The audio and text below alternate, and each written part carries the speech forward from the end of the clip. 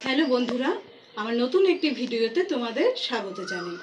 আজ দেখো আমি অনেকগুলো আম নিয়ে নিয়েছি। এই আমগুলো দিয়ে আমি আচার করব। এই আমগুলো আমি বাপের বাড়ি থেকে নিয়ে এসেছি। 2-3 দিন আগে বাপের বাড়িতে গিয়েছিলাম, ওখানে প্রচুর ঝড় হয়েছিল আর বাগানে প্রচুর আম পড়েছে। আমাদের আমের বাগান আছে, সেইখান থেকে আমি প্রচুর আম নিয়ে এসেছি। যতটা পেরেছি আম নিয়ে এসেছি।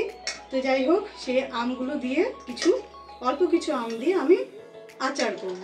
তো কিভাবে আচারটা করছি তোমরা দেখে নাও। দেখো, আমগুলো আমি ভালো করে জল দিয়ে রগড়ে রগড়ে ধুয়ে নিয়েছি। ধুয়ে জল ঝরিয়ে শুকিয়ে শুকনো ন্যাকড়া দিয়ে মুছে পরিষ্কার করে আমি আমগুলো নিয়েছি। এবার আমি আমগুলো কাটবো। এই বোটার দিকটা কেটে নিতে হবে। আমগুলোর আটি হয়ে গেছে। যে আমগুলোতে আটি হয় তার আচার খুব ভালো হয়। আমি আটিওয়ালা আমগুলো নিয়েছি।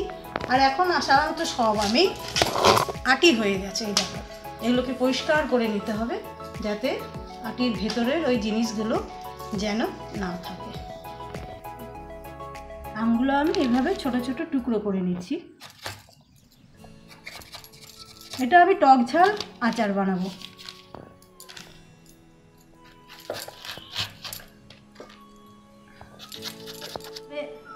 সুন্দর করে ছোট ছোট করে কেটে নিতে হবে।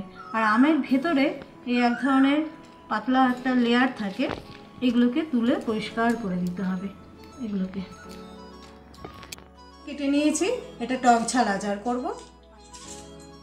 এগুলো আমি এবার সব একটা বাটিতে তুলে নিচ্ছি।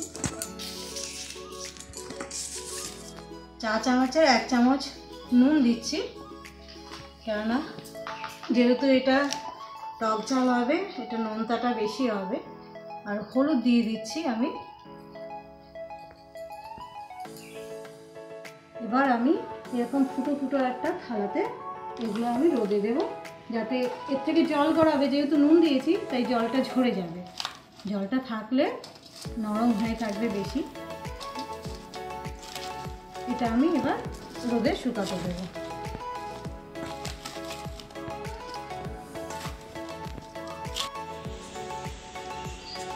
এটা আমি রোদে শুকাতে দেব। 2-3 ঘন্টা এটা রোদ লাগাতে হবে।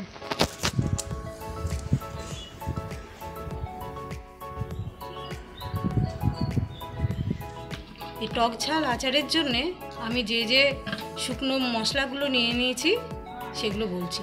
2 চামচ সর্ষে, কালো সর্ষে, গোটা জিরে 1 চামচ, ধনে 1 চামচ, মৌরি 1 চামচ, মেথি 1/2 চামচ। আর এখানে 5টা গোটা শুকনো লঙ্কা নিয়ে নিয়েছি ঝাল করার জন্যে। আপনারা যে যেমন ঝাল খান সেই বুঝে আপনারা লঙ্কা নেবেন। এবার এগুলোকে আমি শুকনো খোলায় ভেজে গুঁড়ো করে নেব, সেটা দেখাচ্ছি আপনাদের। এই কড়াইটা আমি হালকা গরম করে নিয়েছি। এবার এই মশলাগুলো সব দিয়ে দেব। এটা হালকা আমি ভেজে নেব। ভাজাটা বেশি হলে তেতো লাগবে, এটা আমি হালকা ভাজবো। মশলাটা এবার আমি একটু ঠান্ডা করে মিক্সিতে গুঁড়ো করে নিচ্ছি। মশলাটা আমি পুরো মিহি করে গুঁড়ো করে নিই। এটা একটু দানা দানা রেখেছি, আমি ঢেলে দেখাচ্ছি।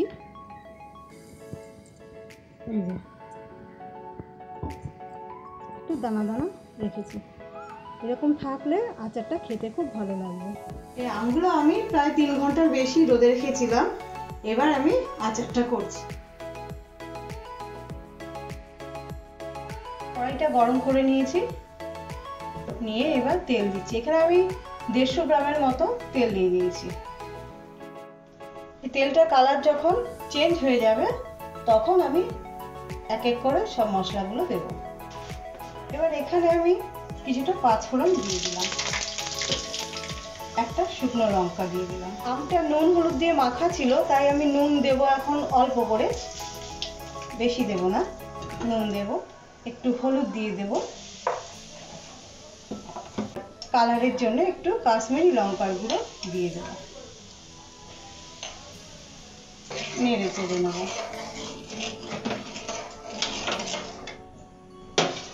নিয়ে আমি মশলাটা দিয়ে দেব।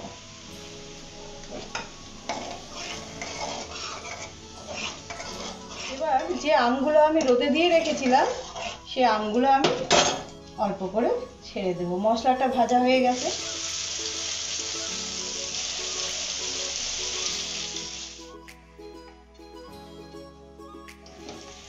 এটা টক ঝাল আচার, কিন্তু তবুও আমি একটু টেস্টটা ভালো হওয়ার জন্য অল্প একটু চিনি দিচ্ছি। এখানে আমি 2 চামচের মতো চিনি দিয়ে দেব।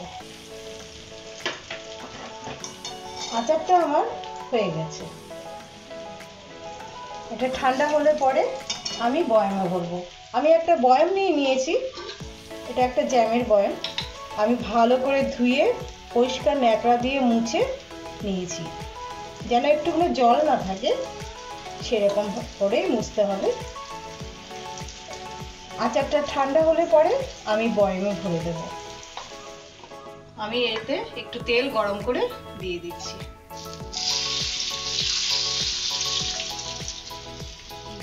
আচারটা ঠান্ডা হয়ে গেছে, আমি এবার বয়ামে ভরে দিচ্ছি।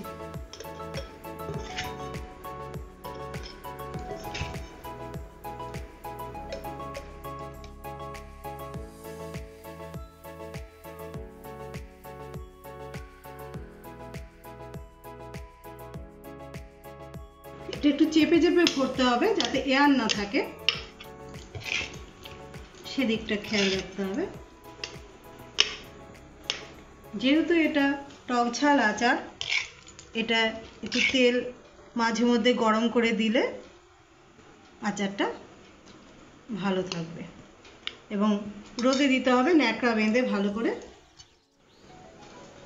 এইভাবে আমি আটকে রেখো, রোজ রোদে দিতে হবে। এভাবে আমি আরেকটা বয়াম ভরে নেব।